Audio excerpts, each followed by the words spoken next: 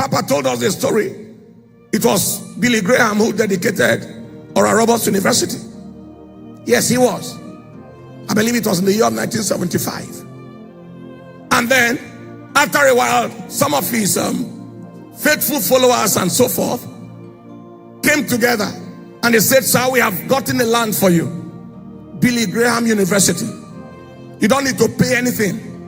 All you need is to sign and to just agree it will run." And they have all the money that they could, that was needed. Everything was set.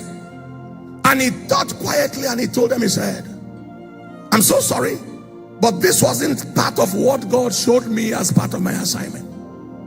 It's not part of my assignment. Everything was ready, but it was not part of his assignment." So he never endeavored to do anything.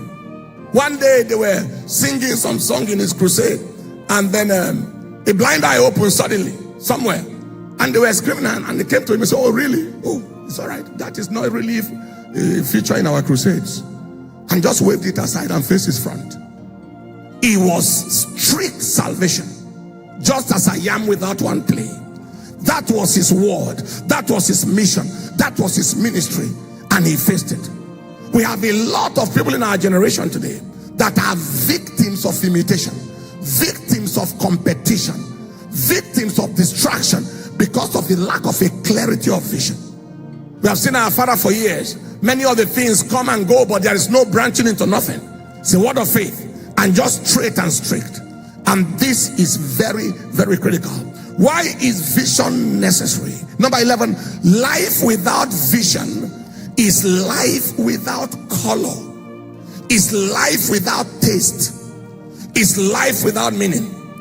We are sitting in this place today enjoying the colorfulness of vision, the color that vision brings to life. And I can tell you that vision and color moves hand in hand, they go together. Joseph the visionary was the same Joseph, the man with a coat of many colors. In Genesis chapter 37 and in verse 3, and then from verse 5, he began to see the visions. If your life is going to have color, if your ministry is going to have color, if your assignment is going to have color, that color is a product of vision. That meaning is a product of vision. That sense of value is a product of vision. Why is vision a necessity? Number 12, it is necessary because life without vision equals time without value. Where there is no vision, time lacks value. It is vision that enhances the value of time. Ephesians chapter 5 and in verse 15, the Bible speaking, it says, start from verse 15.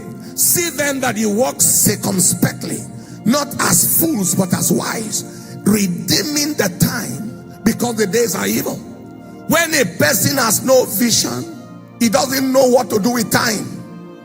Time is available and it is useless. Go doctor in the accident and emergency unit of the teaching hospital where I was then, and the young man was riding a motorcycle on Christmas Eve.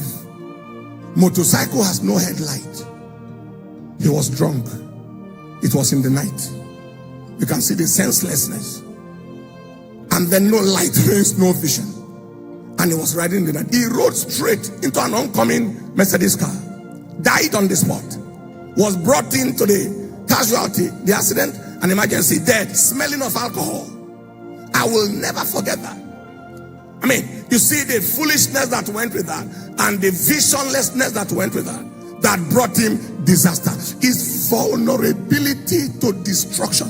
Accidents of destiny are inevitable where vision is absent. Destiny accidents where you see a man of God, a minister, a servant of the Lord, whoever it is, that is proceeding, functioning without a definite vision.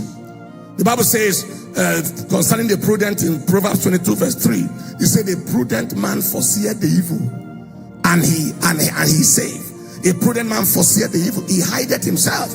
That is how a person of vision is. He sees things ahead. In Proverbs 27 and also in verse 12, he says the same thing. He foreseeth the evil. I can't forget what I read about those who followed Absalom. In 1 Samuel chapter 15 verse 11, the Bible said, with Absalom, he said he went about how many men? How many hundred men? 2 Samuel 15:11, I believe. Men that went, okay, 2 Samuel 15:11. He said, and with Absalom went 200 men out of Jerusalem that were called, come and fight. The question is, fight who? Fight for what? The Bible said they went in their simplicity, in their visionlessness and empty-mindedness, and they knew not anything. That is, come and let's fight somebody. Who are we fighting? Why are we fighting? What is the challenge? In other words, come and die. And all of them died. None survived. The wood killed more people that day than the sword, because they moved without vision. How many people have died needless deaths?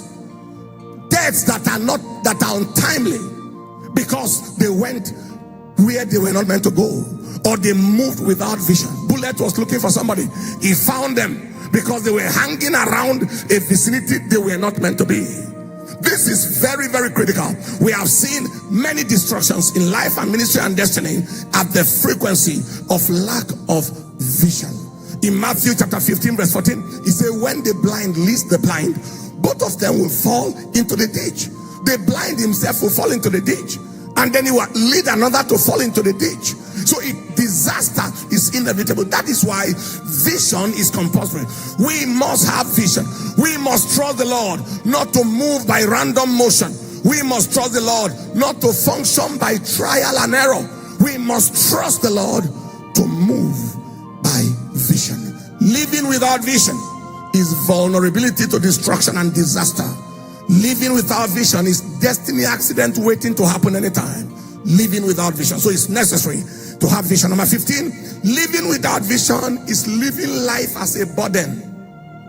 When a man is living without a vision, his own life becomes a weight to him. Life literally becomes a burden. Life becomes cumbersome. Life becomes wearisome without vision.